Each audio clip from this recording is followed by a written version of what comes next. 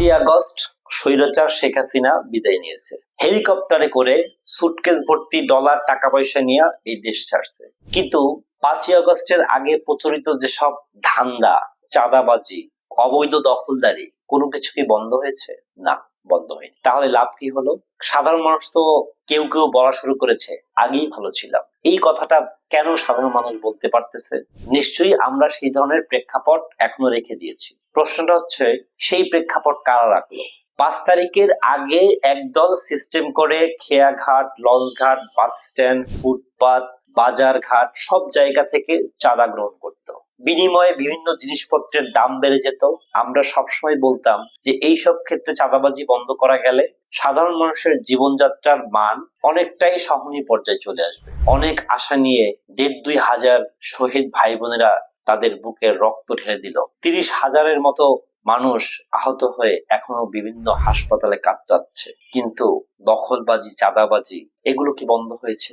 হয়নি। আওয়ামী লীগ চলে গেছে, কিন্তু আওয়ামী লীগের দোসর বলতে আমরা শুধুমাত্র আগে জয় বাংলার লোকদেরকেই বুঝতাম, কিন্তু এখন দেখছি না, আরো অনেক লোক আছে যারা আওয়ামী লীগের দেখানো সেই পথটাকে অনুসরণ করে একই কায়দায় দখলবাজি, চাঁদাবাজি, টেন্ডারবাজি সবকিছুই চালিয়ে যাচ্ছেন। সেই লোকগুলো কারা? এই প্রশ্নের উত্তর আমার দিতে হবে না। গ্রামের খেটে খাওয়া একজন সাধারণ কৃষক, রাস্তার একজন রিক্সাওয়ালা অথবা একজন অটো সিএনজি রিক্সার চালক, সবাই জানে কে। 5ই আগস্টের আগে বলতে পারেনি আওয়ামী লীগের ভয়ে, এখনো তারা বলতে পারে না আরেকটা দলের ভয়ে। সেই দলটা কারা? তাদের নাম বললেও তারা এখন বিভিন্ন সময় বিভিন্ন রকম হুমকি ধমকি দেয়।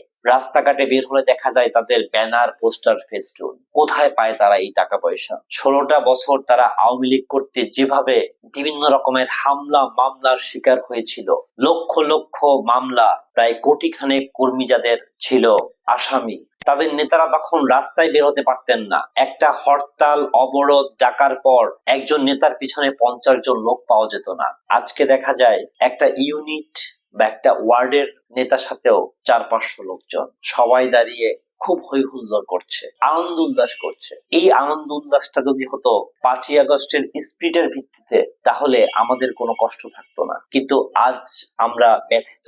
যা করে গিয়েছিল ফ্যাসিস্ট শেখ হাসিনা এবং তার দোসররা, ঠিক ওই জায়গাটাতেই এখন আরেকটা দল জায়গা করে নিয়েছে এবং সেখান থেকেই তাদের লুটপাট, দখলবাজি চলছে। এই জন্যই কি এতগুলো মানুষের জীবন দিতে হলো? অনেক রিকোয়েস্ট করে, অনেক বুঝিয়ে শুনিয়ে ডক্টর মোহাম্মদ ইউনূসকে প্রধান উপদেষ্টার পদ দেওয়া হলো। প্রথম দিকে সকল রাজনৈতিক দল বলল আমরা আপনাকে সাহায্য করব, মুখে তারা এখনো বলছে সাহায্য করব, কিন্তু তাদের কথার টোন এখন অনেকটা চেঞ্জ হয়ে গিয়েছে। কি হয়েছে? তখন তারা আওয়ামী লীগের বিরুদ্ধে যেসব স্লোগান দিত, প্রথম দিকে ডক্টর মোহাম্মদ ইউনূসকে সংস্কার করতে বলেছিল সেই সব জিনিসগুলো, কিন্তু যখন তারা দেখলো যে ক্ষমতায় যাওয়ার আগেই আমরা বিভিন্ন জায়গা থেকে আয় বাণিজ্য শুরু করতে পেরেছি, তখন তারা এখন চিন্তা করছে এইসব সংস্কারের কি দরকার।